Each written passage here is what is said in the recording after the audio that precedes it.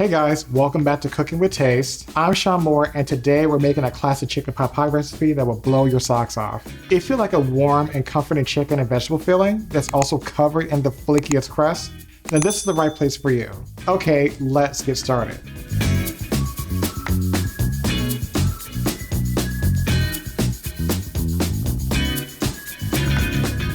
Before we begin to cook, let's work on our mise en place, which is simply putting everything in its place. I'm cutting off the ends of my carrots and portioning my vegetables into bite-sized pieces. Set aside and move on to the celery, which we'll cut on the bias. For my onion, which will be the only vegetable that I'll peel, just quarter and dice them with a sharp knife and place the bits into the side. Getting organized in the kitchen helps to minimize common errors due to rushing, which makes the whole cooking experience more pleasant. Next, grab a handful of fresh parsley and remove the leaves from the stems, like so. Do a rough chop, which doesn't have to be perfect, and set aside for a later application. I like using herbs because it lightens up a rich meal, which is pretty good for digestion. Okay, my parsley is prepped, so let's continue forward with the filling. This part is optional, but I like the meatiness that mushrooms offer when prepared properly. I have a mixture of oyster, cremini, and shiitake mushrooms, which I'll cut into smaller chunks. If you're vegetarian or just on the fence towards becoming a full vegan, then you can easily substitute the chicken and make this a full mushroom pot pie. Just give the mushrooms a very rustic chop and place them into its own bowl. If you have a busy schedule and you still want to have a home-cooked meal, then you can absolutely do this prep work in advance. Okay, turn your heat onto medium and grab a 3.5 quart saute pan or just a Dutch oven. Drizzle in some extra virgin olive oil and then sprinkle in some red chili flakes for heat. Dump in your mushrooms and season with kosher salt after the 4-minute mark. Remove the mushrooms from the pan and add in about 3 tablespoons of unsalted butter, plus a tablespoon of olive oil. Put in your onions and saute until softened.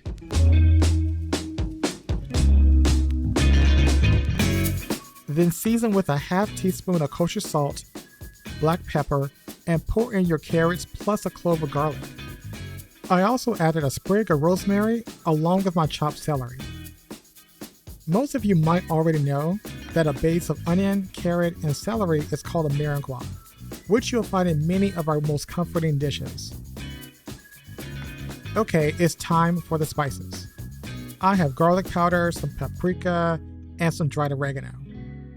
Give the mirepoix one quick stir and add in about 3 tablespoons of flour for thickening. It's important to cook out your flour for a couple minutes, so don't skip that step. If you have homemade chicken stock, then go ahead and use it. Otherwise, store-bought is just fine, but I recommend the low sodium varieties. Add your stock in small doses just to minimize lumps. Another optional ingredient is Worcestershire Sauce, which just adds a bit of additional meatiness. Remove your garlic clove if it's whole and add in your cream. Full-fat coconut milk is a fine substitute. Just make sure to lower the heat for this step. Add your mushrooms and increase the heat again until the sauce thickens. Taste and season your food as you go. Maybe add in some hot sauce or a little vinegar for some added brightness. Here comes the star of the show. This is a mix of my white and dark meat chicken from my homemade stock. Leftover chicken or even a store-bought rotisserie chicken will work. Lastly, add in some thawed-out green beans and some frozen peas, and give everything one last tasting. To save time, I'm opting in for some frozen puff pastry, which I thawed out in the fridge overnight. It gives you that homemade texture without the extra labor. No one can tell the difference. All you have to do is open the package and roll out the dough just to cover your pan. You can choose either to have a single or a double crust. But I'll just leave that up to you, because at the end of the day, it's your pot pie, and you make the rules. For you guys, I'm going to opt in for the double crust, which on my end is just an extra dish to wash. Just drip that puff pastry on top of your skillet and push in the extra dough downward without stretching. Cut off some of the excess and roll out the top crust just like before.